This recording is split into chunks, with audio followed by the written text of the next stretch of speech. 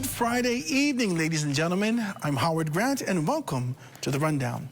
We're starting light tonight by introducing, one of the country's newest authors.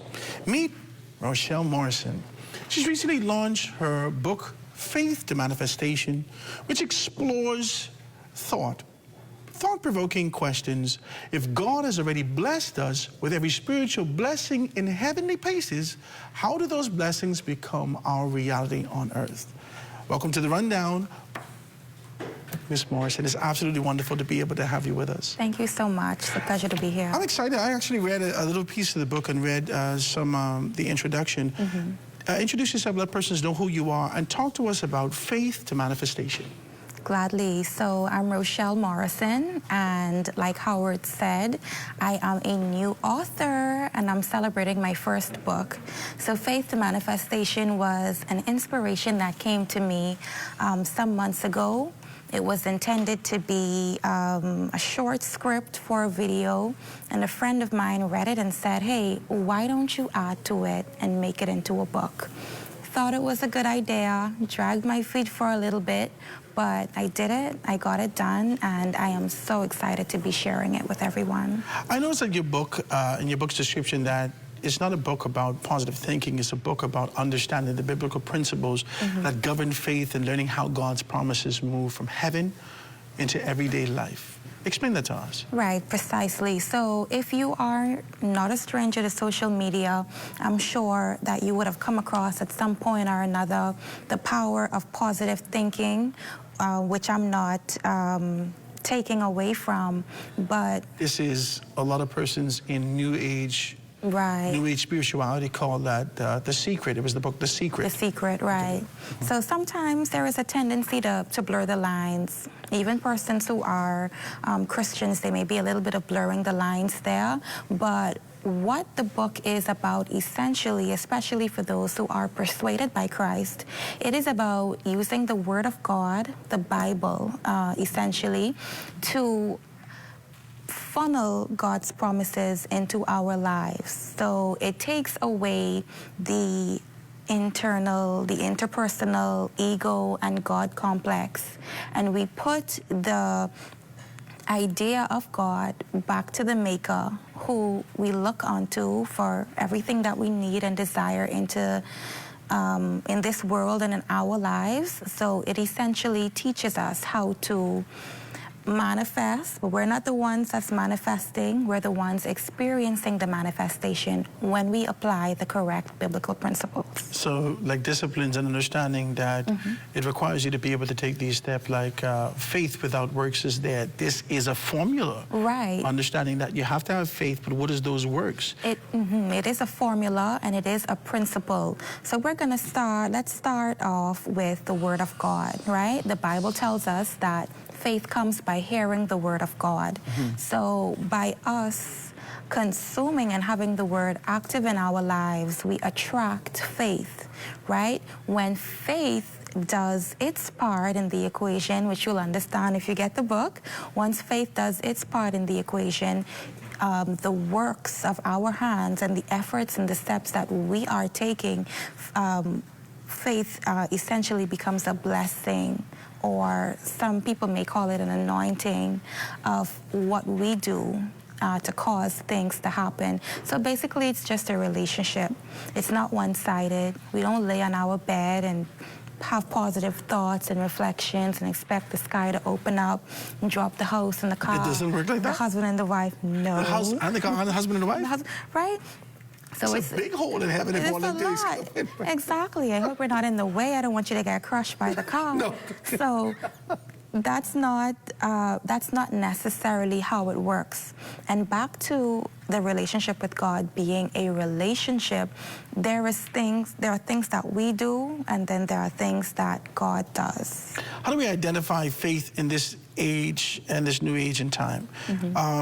when we start to talk about it, there are so many different influences that exist around the world. There is, persons have rejected this sort of an idea of being able to contrast things between good and bad. Right. And they start to see the gray area and say, well, it's not all bad. Right. You know, you could take some things from Buddhism, you could take some things from, whether you're a Rasta, you could take some things from different faiths and different concepts to be able to make up this particular thing and say, okay, this is my faith.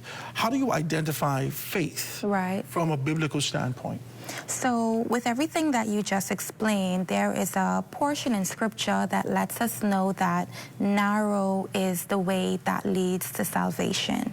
So there's the narrow road and there is the broad road. On the broad road, there is a lot of different beliefs. There is also confusion on the broad road.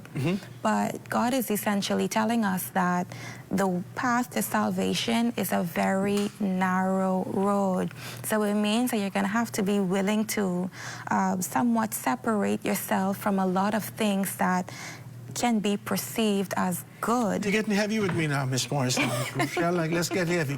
Because in this day and age, Christians opening up club, they out here dancing at 1:30 in the morning when witches and warlocks out here and saying, thus saith the Lord. So if the road's supposed to be narrow, why did this new age Christians, quote unquote, seek to widen it with access to these liberties, access to these particular things? Talk to me about it. You know, it can very well be a lack of understanding. And believe me, I'm not here to condemn anyone because I am not the picture of perfection, but a relationship with God, like any relationship, is a growing process. And I think once we keep an open mind and we keep our hearts postured towards God and allow Him to lead us and guide us, we will find our way.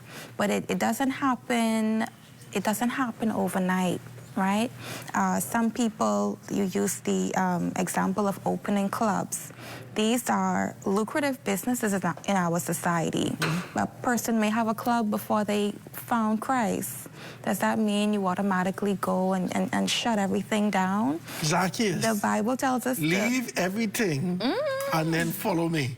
Now, see that right there? Too, you know, listen, I can tell. But that takes a great deal of strength. The Bible tells us to be transformed by the renewing of our mind. Transformation is a process. It's not an overnight thing.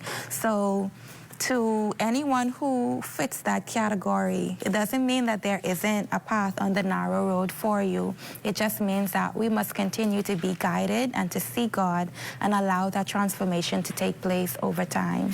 So talk to me, who have you written this book for? You know, many times we take on these kind of these projects, and you started to say that it was supposed to be for a short video and you added to it and kind of expanded on there. So there had to be sort of a demographic that you would have written this for.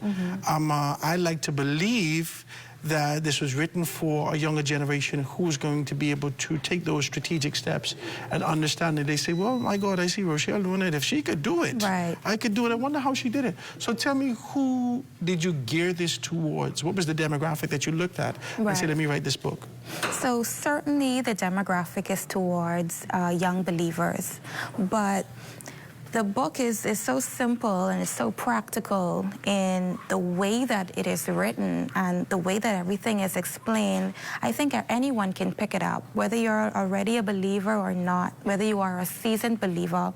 I think faith is one of those concepts that are a bit difficult to grasp, because you kind of wonder, like, what is faith exactly? Is it?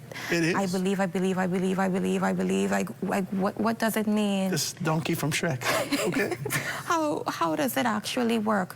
So the book is essentially for anyone and everyone seeking understanding. It's for anyone who may be experiencing some kind of loss. It's for anyone who may have a challenge getting from point A to point B in life. It's for that individual that is bubbling and brimming with passion and doesn't know exactly how to direct it and channel it. So this is a guiding point. Faith, as the cover suggests, it's characterized in the book as a door. right? It is a doorway between heaven and earth. And I strongly encourage you to get the book. I like what you did there. Tell me.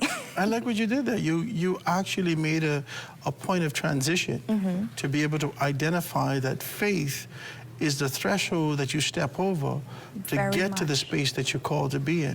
But let me correct you because you have it a little bit in reverse. So if you recall the Our Father prayer, right? There's a line or two that says, "Thy kingdom come, thy will be done on earth as it is in heaven." So yes, there is a passing through, but it's not us that's passing through. It's the manifestation of heavenly things passing through the threshold of faith to become a reality in our existence here on earth. This is how the windows of heaven get opened up. The windows to pour of me a heaven, blessing. the gates of heavens, however you want to look at it, a door, a portal, an opening between heaven and earth that allows heavenly things to be translated here.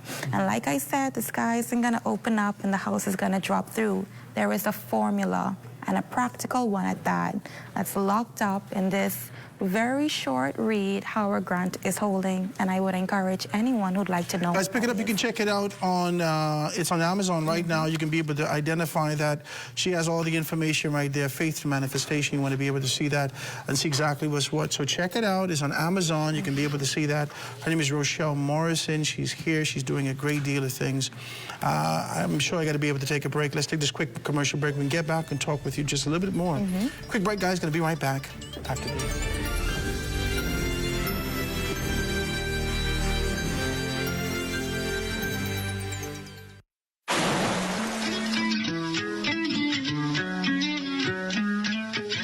Never swim alone. Don't go deep into the pool. Don't run around the pool because you might slip and get hurt. If someone else falls into the water, don't go in and get them by yourself. Call for help. Parents, sign up your children for Let's Swim Bahamas. Influenza, or the flu as it is commonly called, is a viral illness that usually occurs between the months October to March. The virus is transmitted from person to person through coughing, sneezing, or talking. Symptoms include fever, cough, headache, runny nose, generalized body aches, and fatigue. There is no specific treatment for the flu, and the symptoms usually dissipate after 3 to 7 days. Because it is caused by a virus, antibiotics are not used to treat the flu. Persons are encouraged to rest and drink lots of fluids. Panadol is recommended for fever and body aches associated with the flu. However, aspirin should be avoided due to the risk of bleeding. To decrease the spread of flu, persons are encouraged to get their flu shot annually and practice good cough hygiene. Additional information can be provided by your community clinic or the Health Education Division at the Ministry of Health. This message is brought to you by the Ministry of Health in partnership with the Public Hospitals Authority.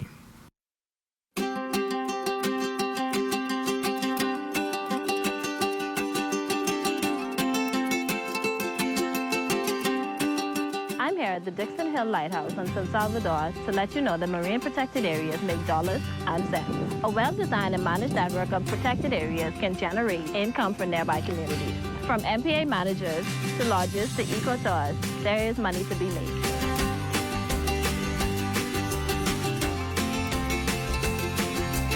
Healthy marine ecosystems help to protect our islands from climate change and other impacts that we cannot control. Healthy coral reefs help to break down fake waves, and mangroves absorb storm surge and help to protect our coastline.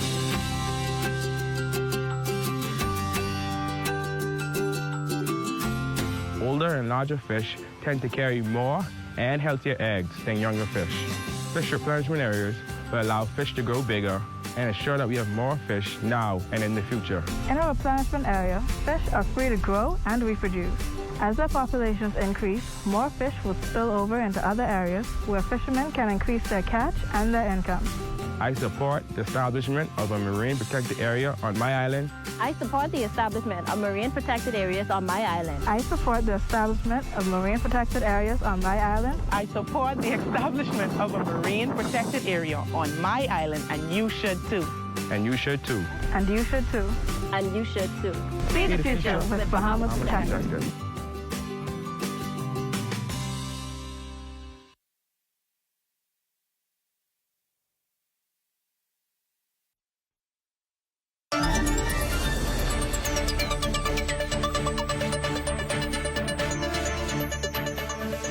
And we're back, ladies and gentlemen. This is a Rundown. I'm Howard Grant. We're talking about faith to manifestation. Great conversation, great concept, great ideas to just being able to bring the Word of God to life in this age and time and dispensation. And definitely for, like she says, a younger generation. I'm sitting here with none other than Rochelle Morrison, who's written, she's the author, brand new author of the book, Faith to Manifestation. You can be able to find that thing on Amazon and pick that thing up right there, Faith to Manifestation. Rochelle Morrison, right here, just being able to talk to us about it. Now, when we left off, you start to talk about these things. You start to talk about faith. You start to talk about in the time that we're living in, and a lot of persons don't necessarily understand that they can't really put a finger on it. Faith is the substance of things hoped for and the evidence of things not seen, which has always been oxymoronic to me. Yeah. It has always been this kind of a peculiar thing.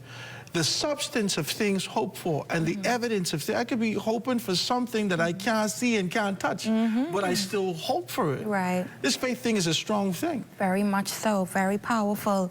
And that's actually a very poetic line, the substance of things hoped for, the evidence of things not seen.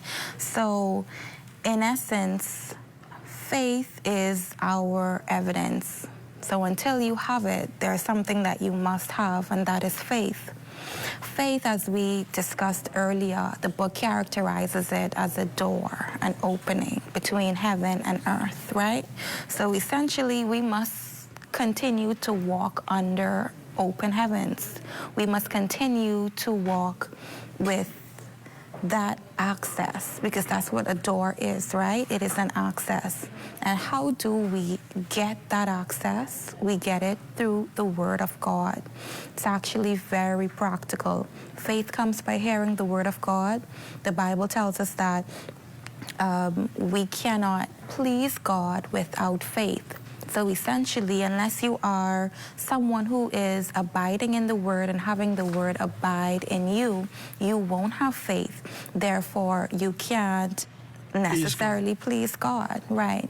I can throw some things at you before we get out of here and have a good conversation with you, because okay, so you wrote this book for younger persons, for them to be able to understand. It's easy for them to be able to kind of step by step. You have everything in there that they could follow and be able to take it back to biblical text and be able to understand that. Okay, so this is great. In the time that we live in right now, among the scammers, among the schemers, among those who identify themselves however they want, this new age concept for prostitution, they got all kind of things out there. They don't call it prostitution no more. But there is a very clear theme that's running through conversations for those persons who are of a younger age. Let's call them 30 and under, which they place themselves in the position of reciprocity. If I give you something, I got to get something. And that kind of a two-way street, steeped in carnality, is void of faith. Whether that means I go out and get education, there's an expectation for me to get a job. Whether or not I go out and thief, there's an expectation for me to have some things. All of this rejects the idea of being able to believe within yourself to have faith. There are many people who find themselves in a position right now, and they ain't got, the first thing they say, let me go play a number. If they ain't got, they say, let me go find a man or find a woman. Talk to me. When we see this, how do we now turn on, activate the stagnation of faith that exists in all of these persons who to understand, align yourself with God to Right. get to your desires. How do we do that? Does the book speak to any of that? Talk to me. Right, so the book does speak heavily about that, about moving away so much from self-reliance. So as we mentioned earlier, it is a duality. There is us, there is God in relationship. So, you mentioned a couple of things, going to college, getting an education, aligning yourself with certain opportunities.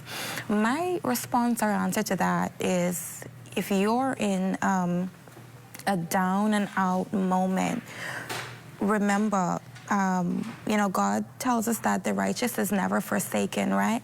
So although we may not be, you nor me perhaps, may not be right where we want to be in life right now, but wherever you are, there is still an opportunity to be grateful, something to be grateful about. And gratitude is another principle that we talk a little bit about in the book.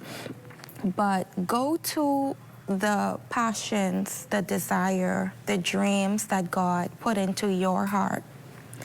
Take your steps of faith, remember again, faith without works is dead, and allow God to put his blessing on that.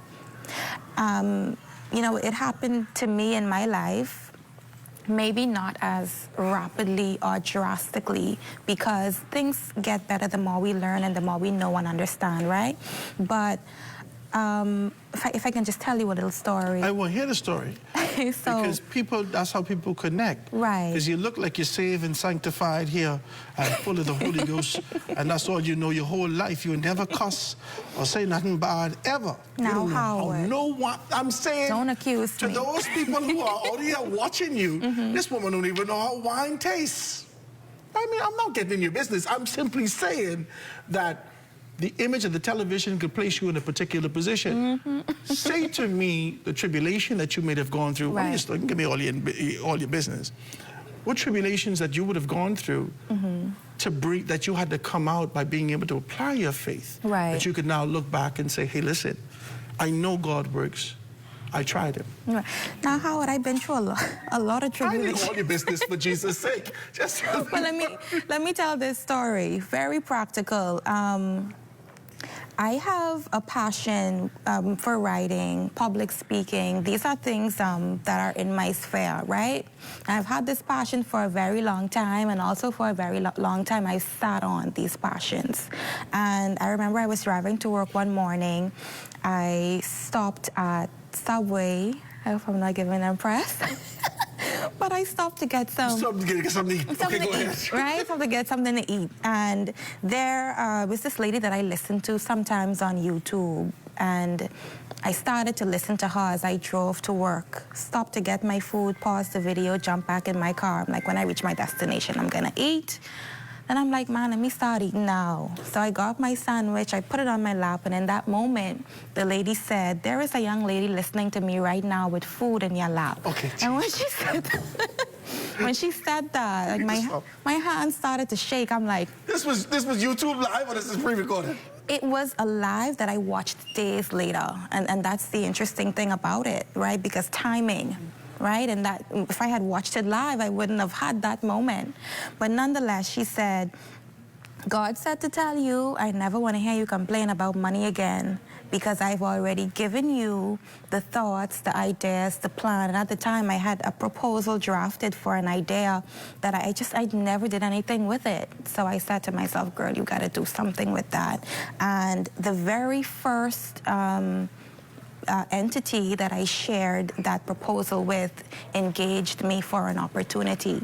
So that is how practical it works sometimes. You have the word of the Lord in play, you do your part, and then you allow him to do his. So it may not happen quickly, but put the principles to work and trust God that it'll work for you. You know, it's an amazing thing as we continue to be able to have this conversation. Most recently, we would have been able to see about 7 people lose their life in the past week on the streets here in Nassau and throughout the nation, in Van Mahama also. And it's hard for me as I'm looking at the lives of these young children and being able to hear about them moving from one island to another and in Cat Island and this kind of an encouragement and being able to go off to school in the back and the talent that exists in these particular areas. Talk to me about the pursuit that we started to talk about this. There is a pursuit that a lot of persons move after, that you're encouraged to be able to liberate yourself, but that pursuit in many instances over the course of a generation in this country has not included God. Right. It has included this idea that if you pull your bootstraps up, pull your socks up, if you focus, if you commit yourself in these areas, then you can be able to liberate yourself and get out of this tribulation. A lot of the times, we've forgotten God in these particular instances. Right. How now, what do you say to those particular persons who are going off to school, where there's so many different influences? What do you say to them in preparation to be able to take such a significant step in their life? Right. What, you know, my heart and my condolences go out to the families of those lost souls. What I would say to that is the Bible tells us that the devil is as a roaring lion seeking whom he may devour. And when I think about that scripture, it automatically registers to me that who would be the easiest and perhaps the most likely to be devoured if we were to look at it in a literal sense, and it would be the young ones. It would be the children.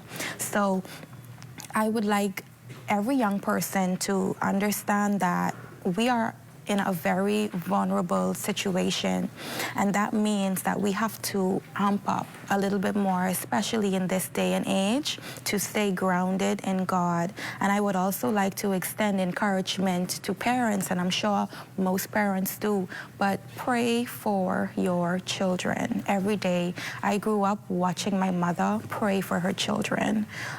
She would gather us up at 5 a.m. in the morning. Oh, gosh. And she would have us pray. She would have us sing. And sometimes I would sit there and I wouldn't open my mouth, and you know, I getting pinched. Getting pinched to pray. When we stop praying, that's because I'm not praying and I open my eyes. She's actually looking at me. But those are investments, right, that parents put into their children.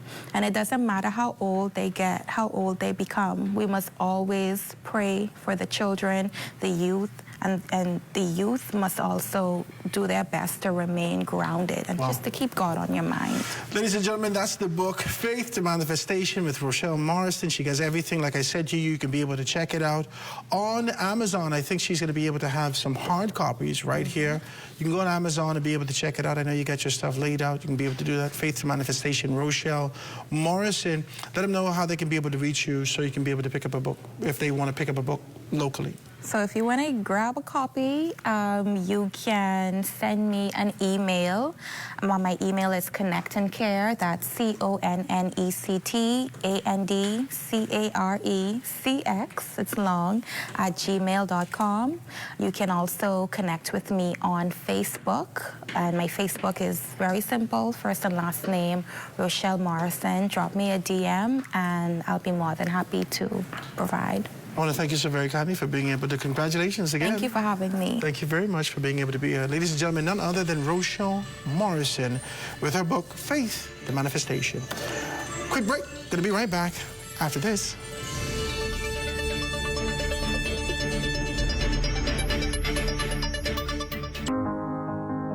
We play just like your kids. We text just like your kids. We learn. We even cook. We take selfies. We have hobbies. And we love sports. In every way, we are just like everyone else and enjoy the same things and live our lives every day, just like you do. So if you happen to meet us, treat us just like everyone else. Because at the end of the day, we're just like you. Living life with Down syndrome is simply living. To learn more about Down syndrome, call 727-2105. This message is brought to you by the Grand Bahama Down Syndrome Society. Hey,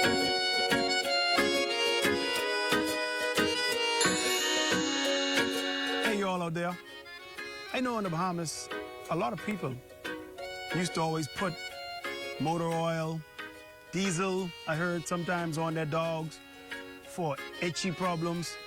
But you know what? That's not really the way to do it. Diesel, anything like that can kill your dog and really cause them die slowly. It's poison to them. But Dawn, yes, simple Dawn.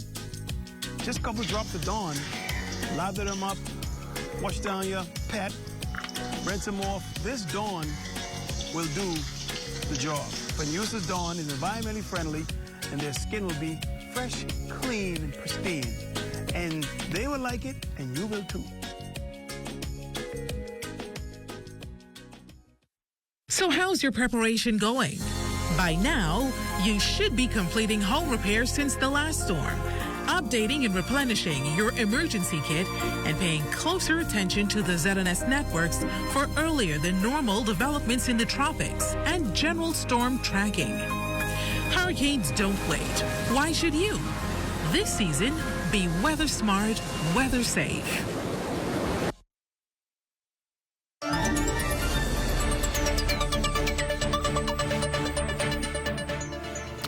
Welcome back to the Rundown, ladies and gentlemen. I'm Howard Grant. Well, now we're going to talk about one of the most impactful diseases affecting the Bahamas today, cancer, specifically prostate cancer. According to the American Science Society, prostate cancer is the most common non-skin cancer in men. The organization estimates that approximately 333,830 new cases and 36,320 deaths in the United States of America. While about 1 in 8 men will be diagnosed in their lifetime, the 5-year survival rate is exponentially high at 98%. Joining us tonight is none other than Dr. David Samadi, who is known for his expertise in prostate cancer. He pioneered robotic surgery for prostate cancer 25 years ago, and since then has done over 11,000 robotic procedures. His special technique, smart technique, can save you from prostate cancer while saving your quality of life, including sexual functions and contingencies. It's very, very good to have you with us, Doctor. So good to be able to see you. Talk to me about that. Introduce yourself. Let persons know who you are right here. Well, my name is Dr. David Samadi. I'm specialized in prostate cancer, specifically robotic surgery. What is robotic surgery? Now we're not cutting people open. The traditional surgery meant ending up with a big incision, blood loss, a lot of pain. We don't have that anymore. With few keyhole opening in the abdomen, we're able to remove the prostate and save you from this cancer. Now, why should people get tested, you would ask? Because this cancer has no symptoms. There's no alarm that goes off that will tell you that you have to go see your doctor. And that's one of the reasons why it's important that if you're over the age of 40 to get your test called PSA. PSA is a blood test that we check every year. We see at the velocity, how fast is this blood going up? It's incredible to see people in, for example, in Dominican Republic, in Antigua, in Bahamas. They come in with unbelievable PSAs of 30, 40s, where cancer is getting out, and they never knew about this. And that's why we want to have this program. Go get tested, get your PSA test. If it has to be between 0 to 4, and if it's more than that, always get a second opinion. What happens in that situation, you would get a biopsy, which is fairly simple. And if, God forbid, you have prostate cancer, now with the experience of robotic surgery, I'm able to save your life while saving your sexual function and your urinary control. And this is because of the technique that we developed, which is really minimal invasive. This surgery usually takes about an hour and a half. We have a center in Dominican Republic where a lot of people from the entire Caribbean, this is the only robotic center in the entire Caribbean where people can come there. The experience is a lot more than places in Florida and some of these hospitals that they go to. And it's important for them to know that they will get treated truly like a family. I love what I do. One of the things I see is continued. We had a conversation. We're going to talk with Peter when we get back. But we had a conversation with Peter, and he says to me, you treated him like family. Talk to me. Well, you know, it's my background, the way I grew up, and as a New Yorker? As a New Yorker, I was born in Iran, but I'm self-made. It's a long story, but I survived and lived in Europe and came to America. I value life. I treat truly everybody like my own family. I do this surgery with passion, and I want to win for my patients. And that has been really the theme of over 25 years of practice. And it's been a wonderful practice. It's not a career, it's a friendship with the patients, and we're blessed. And saving a life, saving the entire family from that is a beautiful thing. Talk to me about the concentration of, you talked about Antigua, you talked about the Bahamas, you talked about... Jamaica has a lot of prostate cancer. We have a lot of that in Bahamas. Is it prevalent in black and browns? Well, African Americans, certainly race plays a big role. Family history, if your father, grandfather, cousins have prostate cancer, please go get tested. That's really important. And also diet. There's something in our diet, high-fat diet, low fruits and vegetables certainly can be one of those reasons. And ultimately, in the Caribbean basin? Correct. In the Caribbean basin? Correct. Wow. We see a lot of that in Jamaica. You know, we see it in Bahamas. But look, you know, you don't want to wake up and end up having with back pain, and you go see your doctor, and the PSA is already over 1,000, and they say, I'm sorry, it's already the PSA too late. go over 1,000? Well, we've seen these. Oof. And that's why we don't want people like this to ignore it. Get tested. It's amazing to see sometimes people coming in their 60s and they say, well, this is the first time I'm getting a PSA.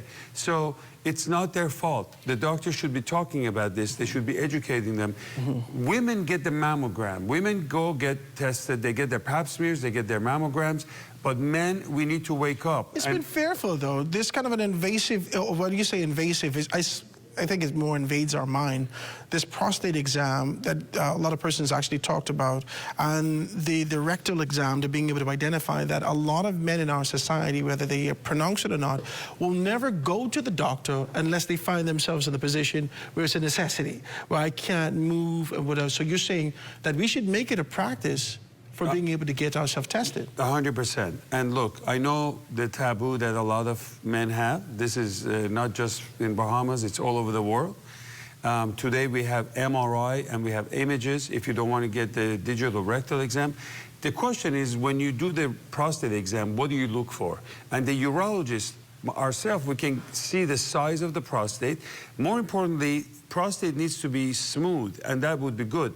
If you have a nodule, if you have a firmness, we have a problem. And that means that the cancer is gathered and is about to leave. So you get tremendous amount of information. Now, it's funny, nobody likes it, I understand. If you're absolutely against this, we can get an MRI, which is images of your prostate, looking at your prostate like a Google map, designing it so we can save your quality of life. And if you can be cancer-free an hour and a half, then this is a game changer. Now, how about radiation? A lot of people are going for radiation, and what I want you to know is, while it could be a good treatment for you, if you start with radiation treatment and the cancer comes back, you cannot have surgery.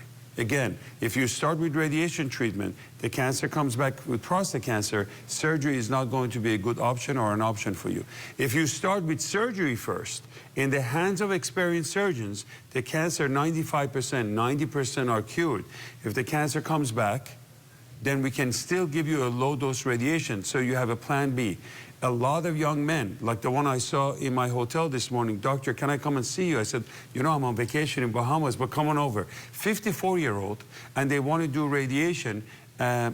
Surgery would be a great option for you. Is surgery at this point where you recognize Absolutely. The younger you are, the better surgery does. The older you get, when you have a lot of medical issues, cardiac stents, diabetes, as you get older, we may tend to go more toward radiation. But your point is well taken. As people go into their 80s and 90s and they're going to live longer, surgery plays a bigger role. And given the minimal invasive, the robotic surgery that we have, you know, it's been wonderful. The complications are very short and small in the hands of experienced surgeons. 1 day in the hospital, and they will give our phone number. If anybody has prostate cancer and they want to get a second opinion, they can directly text me on WhatsApp, which is something we've never done before. But because of Peter, if Peter is in the studio, we're doing this as a favor to make sure all the men in Bahamas are well taken care of. And the conversation, by the way, is with women. It's the women, the wives, the girlfriends that say, hey, you got to go get your PSA checked, and if you have any question, you call Dr. Samadi. You know, I gotta laugh at that because, you know, there is a lag, let's call it a lag. There is a latency, there is a lag associated with your sexual function. A lot of persons, after they find themselves at a particular age, they may induce that. They may take a pill or two after they see themselves not necessarily functioning. If this is happening and you're at an age, I want you to talk about this, doctor. If this is happening and you're seeing yourself not necessarily being able to perform the way that you're used to performing, what should you do then? Should you go and take a test? First of all, you know, whether you have prostate cancer or not, and if you're suffering from sexual dysfunction, if the engine is not working so good, we have many different ways to make sure that it functions again, whether it's oral treatments. There are some gels that we have that we use, and there are certainly some small injections that we can give you that are extremely effective, that can work well. Today, because of obesity, because of high blood pressure, because of diabetes, you know, you may not be functioning as well, but don't give up on that, because we can absolutely wake that system up. It will save marriages, save families, and as we say in America, we can make you great again. Or we can make your penis great again. I don't know if you can say that on this show. Right? No, but no, tell me this. Tell me about this sort of an idea associated with whether or not a lot of men are looking for the signs for potential prostate cancer. Like, for instance, my grandfather in his old age, before he passed on, would sit down with the older guys and say, boy, you know, I get one drip out today, or I was able to do this. How do we know when there is a swollen prostate? How do we know now as men who are not necessarily familiar with this sort of a conversation among men? Yeah. How do we know that, okay, it's time for me to be able to take these things serious and take a step towards being able to see preventative measures? Please call every one of your friends that are over the age of 40 and tell them, go get your blood test called PSA. Now, you're asking about the symptoms. You know, it's really, prostate cancer is an asymptomatic disease. There's no specific symptoms that goes with this, but the vague symptoms, if you're getting up in the middle of the night, if you're not emptying well, if you have urgency, you have frequent urination, you sometimes may see blood in your ejaculate, any symptoms, back pain, etc., please come and see us. Okay. We can examine you, we can get the tests. And remember, early detection. You may be afraid of doctors, you may not like doctors. I completely understand that. Choosing the right doctor, someone who cares about you, treats you like a family, experience is there and cares about you, makes a huge difference in your life. Yeah. Early detection can save your life. Remember that. Okay.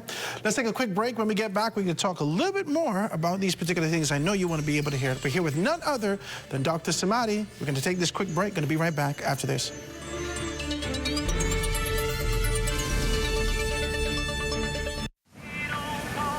Hey, y'all, what's up? Hey, what's that? What y'all getting? Listen, I've been waiting to march down some logs here. Hi, I'm Matthew. I will be you guys waiter today. Can I take your order? Oh, I've been queuing for some grouper dread.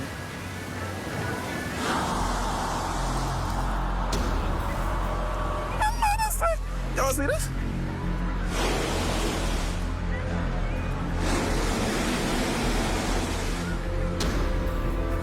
See, this ain't gonna work. Where the fish gone, though? But how though? Don't leave our children with no fish in their future. Protect our sea. Protect our way of life. Protect the Bahamas. To learn how you can help, find us on Facebook at Bahamas Protected. See the future.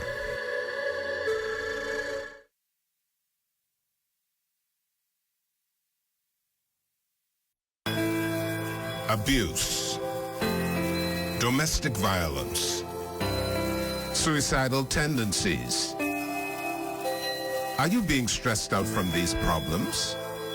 Call the national hotline at 422-2763 or 322-2763. There are trained social workers available 24 hours to help you. Know that you are not alone in this. Agent, before we send you out in the world, we must make sure that your mission is in. Yes, Mom! Agent 1, what is a touch? Physical contact, Mom. Agent 2, what is a good touch? Touches that make you feel alright, Mom. Such as a high five, a handshake, even a kiss, Mom. Good. Now, Agent 3, what is a bad touch? Touches that make you feel not so good, Mom. Like a slap, a kick, a pinch. And most important, if someone touches your private part. And what do we do when someone gives us a bad touch? You tell a trusted adult, Mom, for help, Mom. Tell them, don't do that, Mom. Agent, I see that you understand. Now it's your mission to spread this information. Just remember that good touches are okay, and bad touches are not okay. So, Agent, go spread the word. Yes, Mom.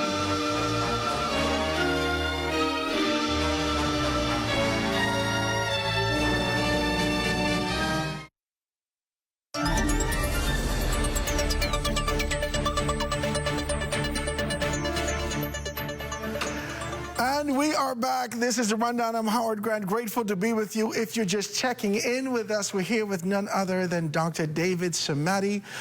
He's all the way from New York and being able to talk to us about prostate. And joining us on the set is none other than Peter Ouden. Peter, I'd love you to be able to introduce yourself to persons, let them know who you are as a living testament for what the operation has done for you. Talk to us. Yes, good afternoon, Howard. Good afternoon, Dr. Samadi. And I am a prostate cancer survivor. Just 6 weeks ago, I met Dr. Samadi down in Santiago in the Dominican Republic, and he performed the robotic surgery on me 6 weeks ago to where I'm at now. Now, you're skipping a lot of things. I need to know, when we hear cancer, we know stage 1, stage 2, stage 3, stage 4. Where did you meet Dr. Samadi? On which stage were you? Well, at first I was told that I was basically in the beginning stage. Okay. But the signs and symptoms I was experiencing wasn't telling me that. My body was doing something completely different, from the blood in the urine to severe. So when I say severe lower back pains and stuff. So what was being said to me, to really what I was experiencing, hey. And so you did everything that you, how did you, Peter, let's talk about this now. Dr. Samadi is here, so we're going to talk about this with clarity. How did you find, did you go off on Google? Did you look for the best care in the world? How did you find Dr. Samadi? Social media. There's, Dr. Samadi has an Instagram page, and I keep seeing this post up coming on my Facebook feed, and then there was, I searched him out on YouTube, and one morning said, email him. I emailed Dr. Samadi, and to my surprise, it was a Saturday morning, Dr. Samadi video called me, and I explained to him what I'm experiencing, and he said, hey, you don't have no problem, you know, and I said, wow. And but that was the diagnosis that you would have gotten? No. When he said that I don't have a problem, because he said you called the right person in terms of, I can fix that for you. Yeah. So you don't have a problem. I can fix that. And he said to me, send him the information that I've already done. I did that. And we went through the process, and I ended up in Santiago. And from there... Doc, I want to be very clear with you as I say this. In our society, in the Bahamas, very quiet, very taboo conversation when it comes to places like Cuba or Santo Domingo. it's normally a leisure trip, if you understand. It's normally a leisure trip. So when you hear about this sort of a concept and idea about being able to go down there for the purposes of being able to rectify an issue such as cancer, it's crazy. Talk to me about that, Doc. Well, it's good to know what the importance of Santiago or Santo Domingo is to people in Bahamas. Absolutely, You right. know, so I know they're a lot of fun, but look, Santiago, under the supervision of like one of the well-known doctors, Dr. Sanchez Spaniol, he decided to bring robotic surgery to Dominican Republic. It was a very odd thinking almost 14 years ago. But they came, they saw my operation in New York. He wanted to bring it. He's a visionary man. So the robot came. And then, of course, they needed to put the whole program. So when people come to Santiago from Bahamas, from Antigua, from Jamaica, from all over the world, we've had even Russian patients that have come over there for privacy reasons, and we take care of them. Doesn't matter. You're coming to a program. You're not going to this, what is it, Kuya? You can have a little fun before and after, but you're coming to the program. Samadhi and his team, we will get you. He was not, you know, maybe he was nervous, but he kept his composure, and he met almost 20, 30 of the team members that I have over there. And the importance is I'm the one who performs the entire surgery. I'm the one who rounds on him. Yes, there are a lot of people that are around me, secretary, staff. We put a lot of doctors over there. So even when I go back to New York, he's under my care. We're communicating all the time. So it's not like he did the surgery and he just disappears. The care is very personalized. I want him to do well. Do you believe that 6 weeks ago, I don't know, he's had small, tiny little incisions, no big cuts. Pain is minimum. Now we know that his cancer is gone because his PSA is zero. Zero. That's Zero. beautiful. He showed me. He's walking around He's with proud of it. He probably got it in his pocket right now. He showed me, he's like, Howard, did you see my PSA? Well, you know like, what wow. it is? This is the best gift of life. Yeah. I mean, that zero PSA. Now, we're going to monitor him for many, many years to come. As I said, I hope you always do well and be healthy. He's a good guy. He's helping a lot of people in Bahamas. But if, God forbid, in 5 to 10%, if the PSA ever moves, even 10 years from now, you're going to be texting me, and I'll have ways to fix it, and that's beautiful, without affecting his quality of life. Now, I'm going to talk about this quality of life thing, because you were adamant about telling me, Howard, my elevator goes all the way to the top now. The engine is still working. The engine is raring after 6 weeks. Now, you know, there is, Doc, let's talk about this, Doc. In our society, if you get a diagnosis like this, there's a possibility of being able to be a cancer survivor. You come to grips with this sort of a concept that, okay, at least I'm not going to die, but I may not necessarily be able to pursue the pleasure that I used to be able to pursue. And so you give up this sort of a thing for the purpose of survival. But what Peter is saying to me is that he still has that quality of life. Yes. And he can still enjoy a great deal of the pleasures that he's known. You know why? Because first of all, you know, I'm still a young man, and you know, when I got training, a lot of surgeons were saying, like, let's just save his life, and then it doesn't matter what happens. That's not the way it should be. So every attempt, thousands and thousands of videos, like the way you watch your own game. I've been watching my surgeries, little details of how it goes. We changed the operation, even though it's robotic surgery. This surgery is completely different than what you have in Florida and other places. How so?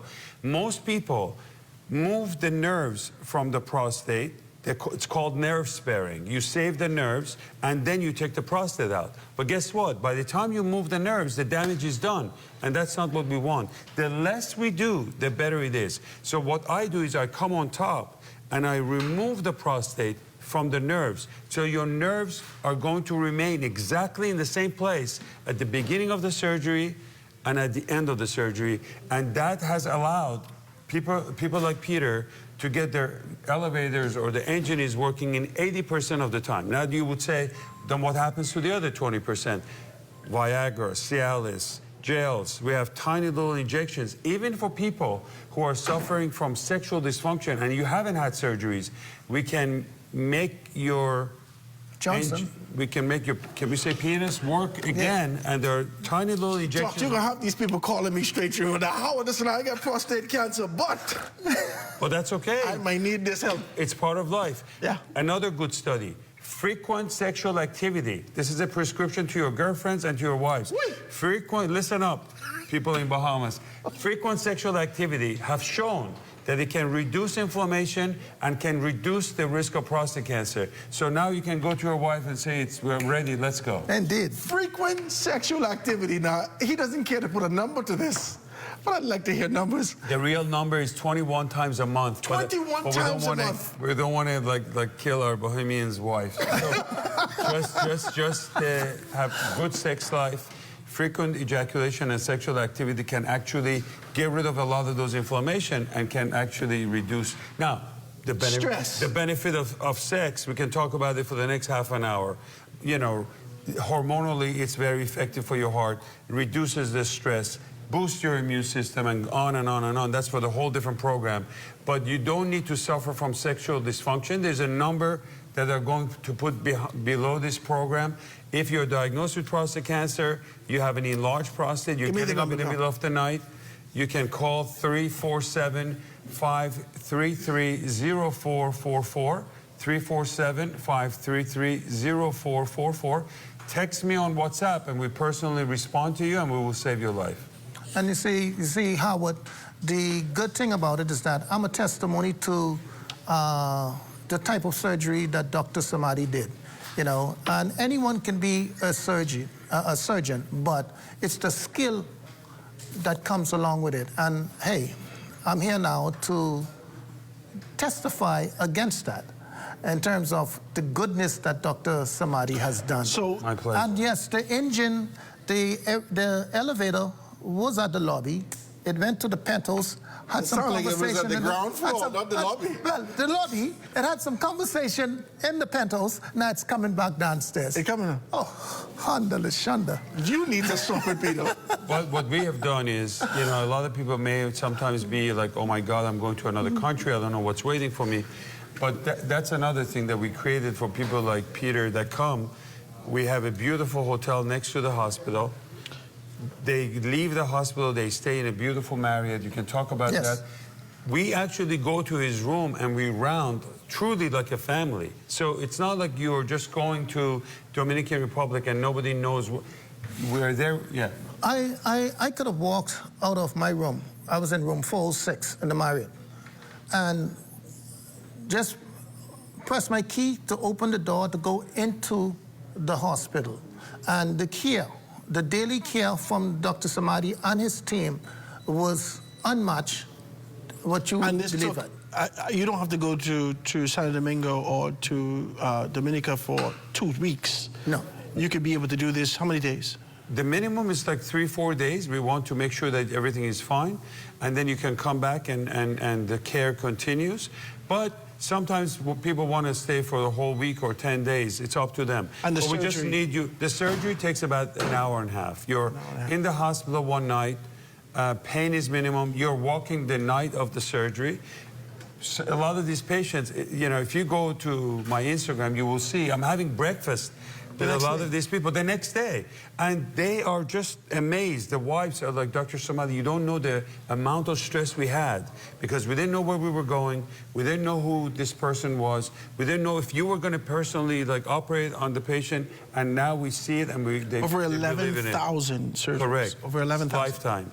Wow. 5:30 in the morning, that Friday morning on the 8th of May, they came to the room. 8th of May? Yes. Just June? Yeah. So you had a chance to get your surgery and come home and vote? Well, I voted in the advance poll. Oh, good. In the advance poll. But you still could have done it because you was home before the 12th. I still could have done it, yes. Wow, that's amazing. On the 8th, 5:30 in the morning, I went into surgery. And by 7 o'clock, that was Friday, 7 o'clock Saturday morning, me and a number of fellows from Antigua, you had St. Kitts, and other countries were there. We were walking on the ward right out of surgery. That's amazing. That's another thing I love. That's because amazing. Bahamas meets St. Kitts meets Antigua, Antigua meets Jamaica. They make this friendship, and when they go home, they're constantly supporting each other. Hey, how are you feeling? So it's been a great ride. Dr. Samadi, I want to thank you so very kindly for being able to be here with us. Thank you for being able to change the lives of our persons, my brother. Yes, ladies and gentlemen, once again, to all the men out there, to the women that are watching right now, 347-533-0444. Call me, I'll give you some more information. That does it for us here at The Rundown. Be sure to stay locked in to ZNest Network for the Bahamas tonight at 11 p.m. It's the final newscast in the country with the latest in news and information from Corval Pyfrom. From all of us here at ZNest, I'm Howard Grant. Thanks so much for joining.